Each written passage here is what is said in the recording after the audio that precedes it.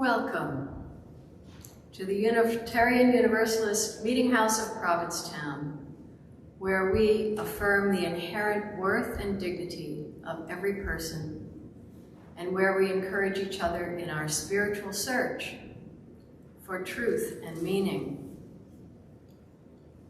Welcome to those of you in the room, and welcome to those of you who are joining us by YouTube. My name is Ellen Anthony, and I will be leading the service this morning. It's great to be with you. Before we begin our service, I have a few announcements to make. Wednesday, December 1 is World AIDS Day. The AIDS support group will be leading candlelight vigil at the AIDS Memorial next to Town Hall at 4:30. Reverend Kate will be offering a prayer as part of the remembrance. All are welcome. Our next racial justice vigil will be on Saturday, December 4, from noon to 1 in front of Town Hall. Please bring your own signs and stand together for racial justice. This is also Holly Folly weekend, so it's a fun day to be in town. And support the soup kitchen in Provincetown by purchasing some soup across the street. Next Sunday, December 5, we will have our Hanukkah service, followed by our annual meeting. Members should have received an annual meeting invitation in the mail this week, or last week, and to include everyone, our annual meeting will be on Zoom at 2 p.m. next Sunday. That gives folks worshiping in person time to get home and eat some lunch, and we will resend the Zoom link to the folk list closer to the meeting. Everyone's welcome to attend, but only members may vote. We'll be voting on board of directors and nominating committee members, and also on our budget for 2022. We'll also be hearing from all of our committee chairs about how things have been going this year. We need a quorum to vote, so we hope you can join us next Sunday. Let's take a moment now to confirm our covenant together. And since we don't have a printed order of service, we'll do it call and response style, where I will say a line and you say it back to me. Love is the spirit of this meeting house. Love is the spirit of this meeting house. This is our great covenant. This is our great covenant. To dwell together in peace. To dwell together in peace. To seek the truth in love. To seek the truth in love. And to help one another. And help one another.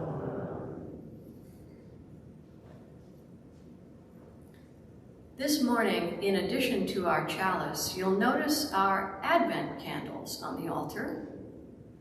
Reverend Fred Hammond explains Advent to us. He says, Advent is from the Latin word meaning coming. It refers both to the coming of the birth of Jesus at Christmas, as well as the second coming of Jesus at the end of the age. It is a time of preparation, of expectant hope, of waiting for the Messiah to come. Reverend Fred says, it is most likely because of our ambivalence to Jesus as being Messiah, or in his second return, that we Unitarian Universalists have not made much about the season of Advent. But Advent, for Unitarian Universalists, can be a time of planning, of preparing the way, of welcoming the coming. If not of the Christ, then of the arrival of another life, our own, lived in compassion toward our neighbors, seen in the activities to rid the world of oppression and injustice.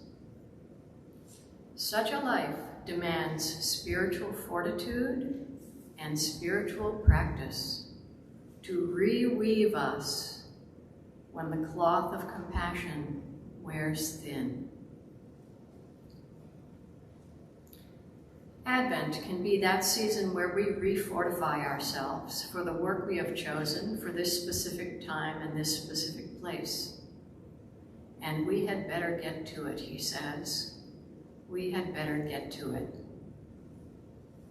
So at this time, I invite Jen to light our chalice and our first Advent candle. And as we light our chalice here in the sanctuary, I invite those of you at home, wherever you are, to light a candle. In this way, we can feel connected even while we are apart.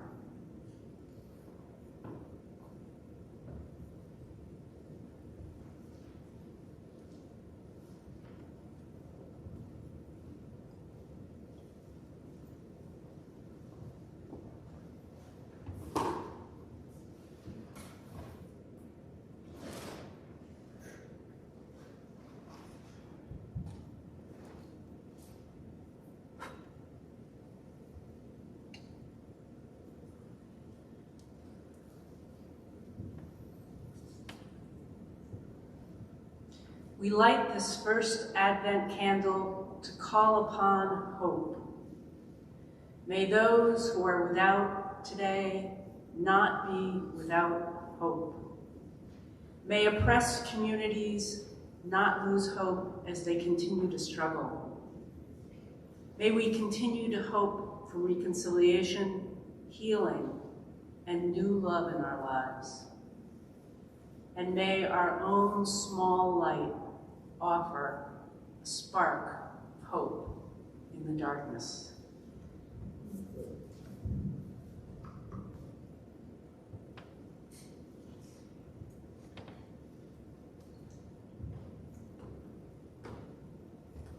Thank you. Please join me now in a spirit of prayer and meditation. If you have a prayer on your heart, a joy, a concern, or a sorrow, you're invited to light a candle, a silent candle, at any time during the service, either at home or at the candles table to the right of the pulpit. There's a journal there to record your thoughts and prayers. Our prayer this morning is by Wayne B. Arneson. Spirit of life. The beginning of the holiday season is filled with temptations to conspicuous consumptions and pleas for generosity. The contrast between the values represented by this time of year and our ability to fulfill them remind us how great the distance can be between aspirations and actions. The month of December will begin with the observance of World AIDS Day and Human Rights Day in the following week. They remind us of those at home and abroad who are imprisoned by disease, poverty, and discrimination. The messages of liberation, dignity, and joy that come with Hanukkah and with Christmas are hard to hear unless they are conveyed by generous acts of outreach to those who suffer. Our prayer this day, then, is that we may be gentle with ourselves and with others as we do our best to navigate the tricky shoals of December. May we avoid being too distracted with our own problems and duties this year that we forget the wider web of life of which we are a part. May we go about our rounds of preparations and festivities with a light heart and with boundless patience. May the dissatisfactions that are part of our lot be our companions and not our masters as we cross the holiday threshold. And may all of the season's joys be ours this time around. Amen.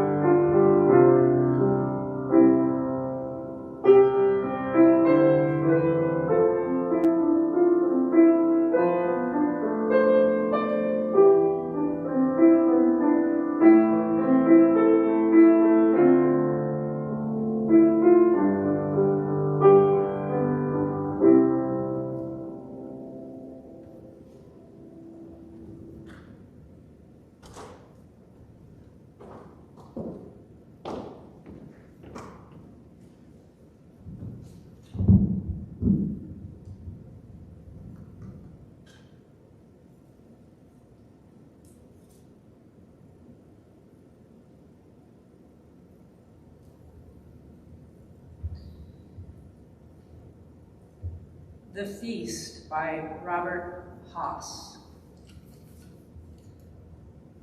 The lovers loitered on the deck talking. The men who were with men and the men who were with new women. A little shrill and electric, the wifely women who had repose and beautifully lined faces and coppery skin. She had taken the turkey from the oven and her friends were talking on the deck in the steady sunshine. She imagined them drifting towards the food in small groups, finishing sentences, lifting a pickle or a sliver of turkey, nibbling a little with unconscious pleasure. And she imagined setting it out artfully, the white meat, the breads, antipasto, the mushrooms, and salad arranged down the oak counter cleanly, and how they all came as in a dance when she called them. She carved the meat, and then she was crying. Then she was in the darkness crying. She didn't know what she wanted.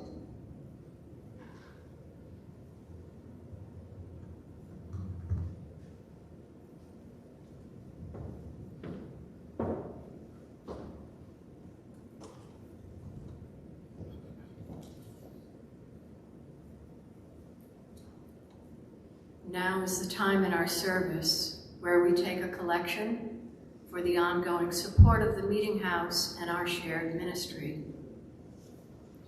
As we enjoy a musical reflection, our ushers will make their way to you. And those of you watching at home, we welcome your donations through PayPal or Venmo if those services are accessible to you. You can find that information on our website, UUMH.org.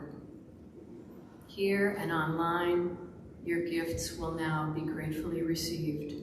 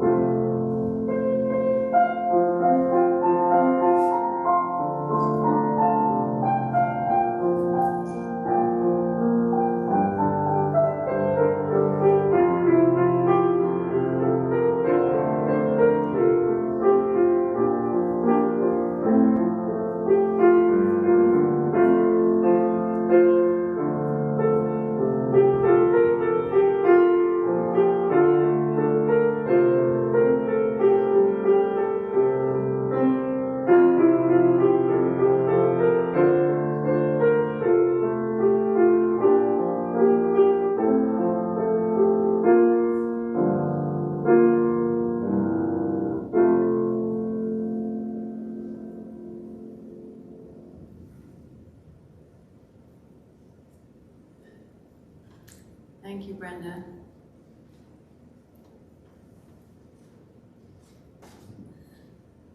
This holiday season, we could really use some tips. And so on her day off, Reverend Kate has kindly given us her Holiday Survival Guide. But before I read her sermon, I'd like to address the unique challenge of this year: how to gather together safely. Dr. Fauci, director of the National Institute of Allergy and Infectious Diseases, will not be gathering this year with his 3 grown daughters. He cautions us by saying, most people feel when they're in the house with friends, they almost subconsciously let their guard down. They don't realize they've come in from multiple cities, spent time in airports.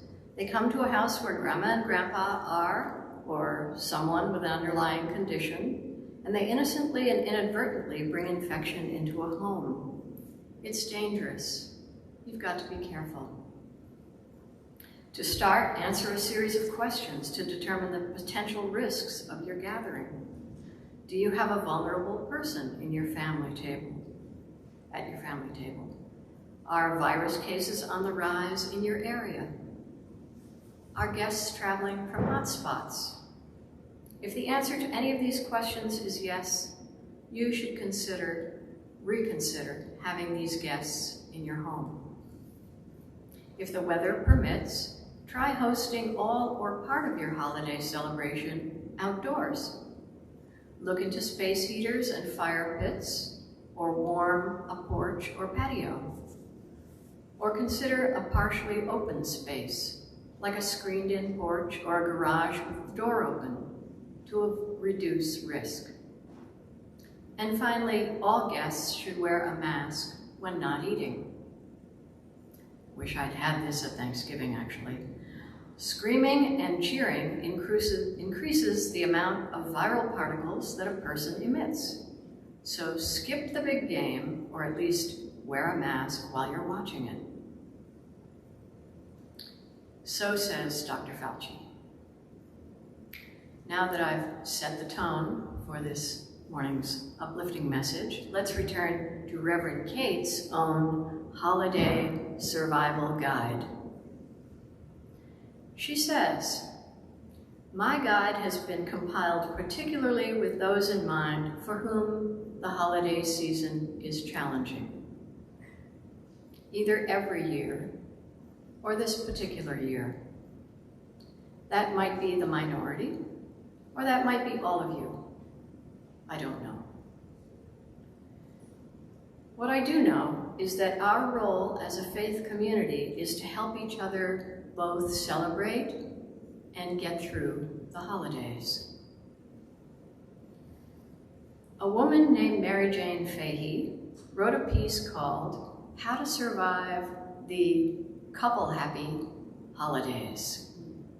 7 tips for the newly single. I take my first tip from her, which is decorate, celebrate. I know this tip may be difficult for those who are newly single, or perennially single, or those going through other transitions in life. But take some advice from Mary Jane. She says, hopefully you won't make the same mistakes I did on that first feast without my other half. The Norman Rockwell version of Thanksgiving stopped working for me at some point. Though I come from a huge family and loved the tradition as a kid, the issues kicked in as I got older and found myself chained to the kitchen. Ugh.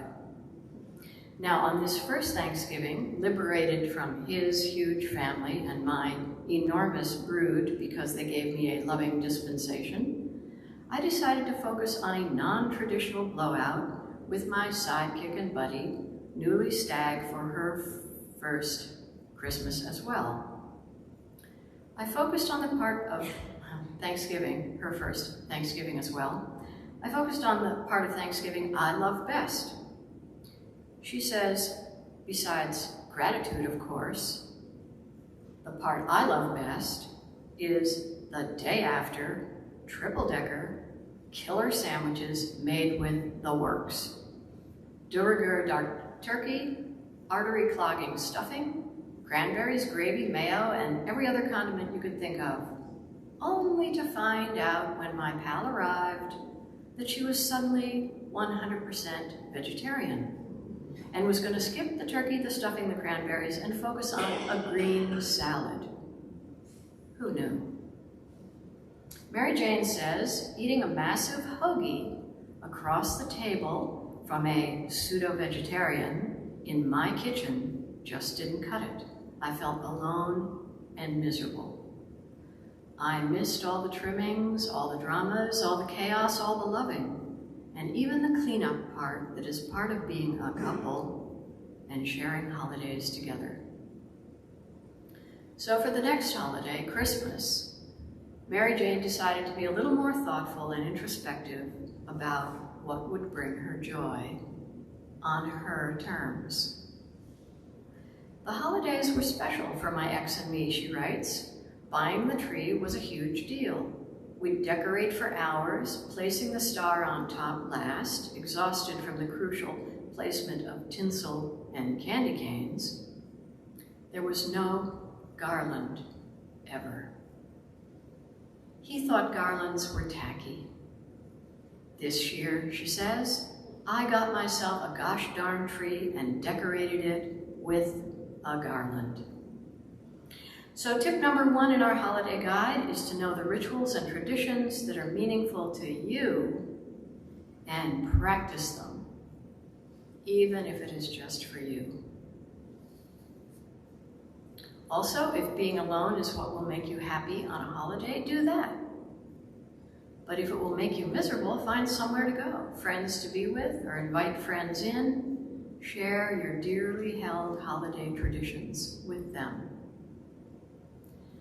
My second suggestion is take some time for peace and quiet. The holidays turn a slow time of year into a hectic one. That's what decades of successful marketing will do for a country. Drive it insane. But even amidst all that hustle and bustle, even with the shopping and the traffic and the parties and the crowds and the ads and the fundraisers and the extended families, we can carve out time for silence, for centering, for prayer. Here are some small rituals that may help with that. Writing in your journal, taking a walk, lighting a candle, drinking tea. If you don't have a centering ritual of your own, or if you're open to a new one, there's a little chant that helps me. When I breathe in peace. When I breathe out love. Will you try it with me? When I breathe in peace. When I breathe out love. Once more. When I breathe in peace. When I breathe out love.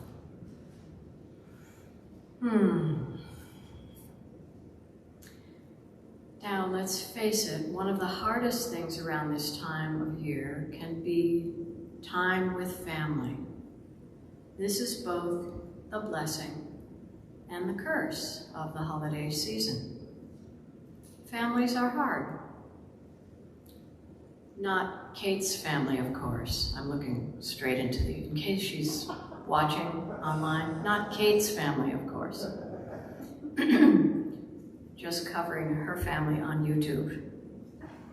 Now, while I generally preach themes compatible with non-dualism, we are not separate. This does not apply to holidays with your family. I want to practice with you. Me, them. Try it with me. Me, them. How I'm acting, how they're acting. Okay, your turn. How I'm acting, how they're acting. And now, how I'm going to act, how they're acting. Very good. A holiday meal with family is the perfect opportunity to practice differentiation. They can be crazy, stressed, homophobic, passive-aggressive, aggressive-aggressive, whatever. We don't have to be. They can raise their voices, drink too much, push our buttons. We can stay calm, practice moderation, wish them well.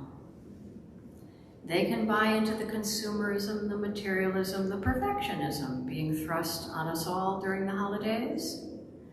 We can give them homemade gifts that may or may not be poorly wrapped, and we can be proud of them. We can breathe in peace and breathe out love. Now, if you don't have somewhere to go for holidays celebrations, or even if you do, here's another essential part of the holiday survival guide. Volunteer. It's not buying gifts, but being a gift that's important in this season. And serving others in need also just happens to be the best thing to get us outside our own heads. You start to feel better because you're helping others. Double blessing, trust me. You will never be as conscious of your own blessings as when you're helping others.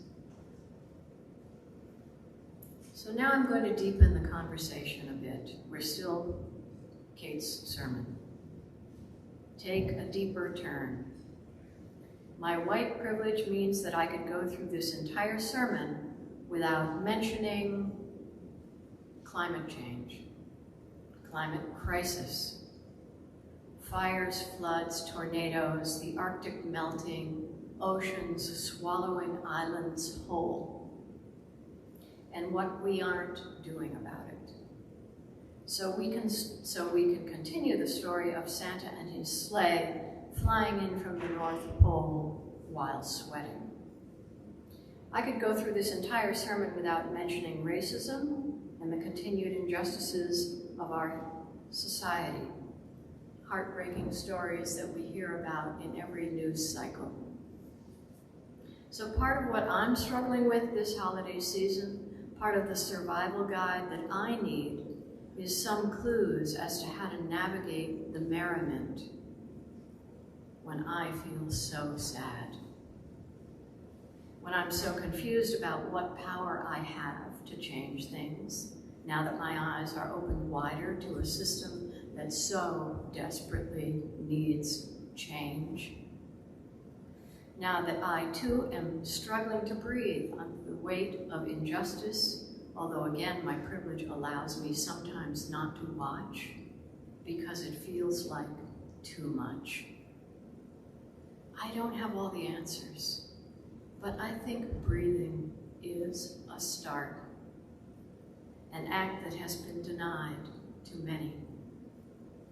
Breathing in peace, breathing out love.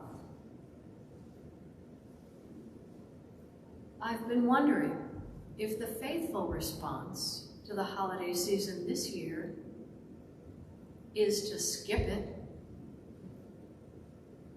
to mark it instead as a time of mourning. But I don't think it is.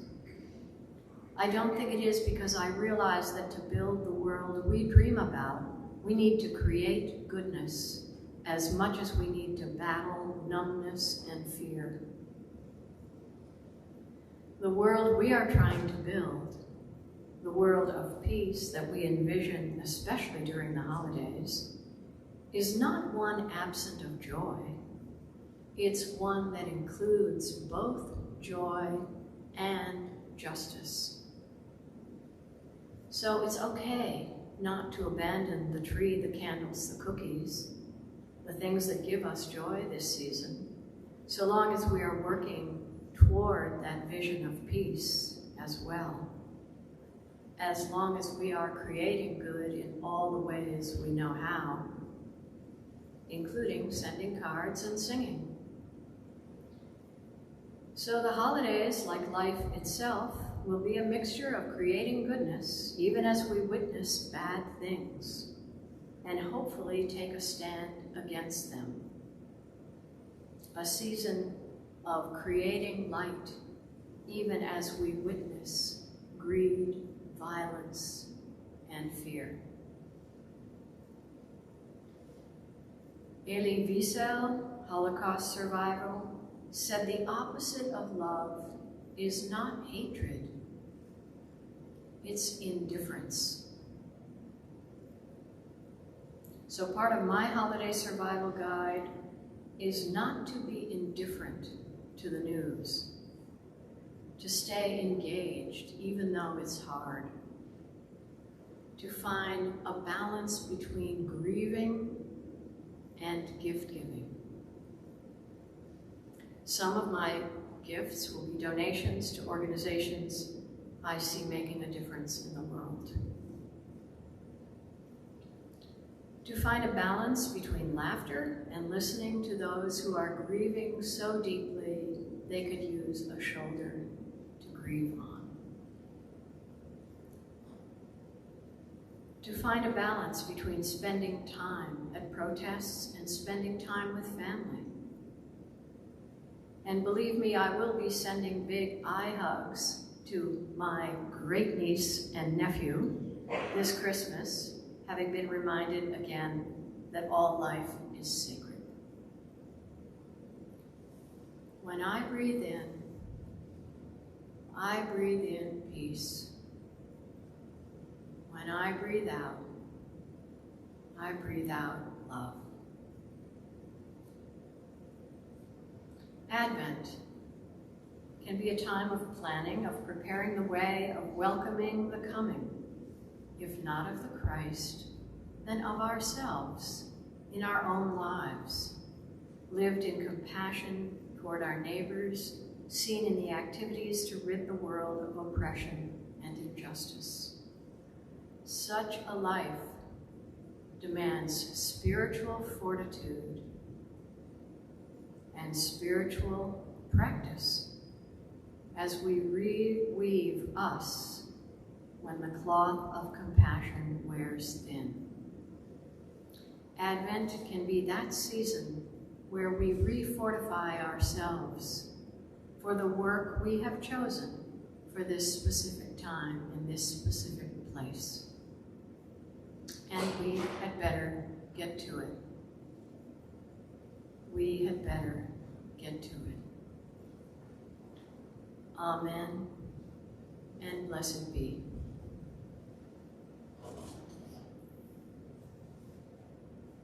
It has become our practice to pose a question based on the sermon each week. It can be a conversation starter out front of the church or at dinner tonight. If you'd like to delve deeper into the question, you can join us on Zoom this Tuesday at 5 p.m.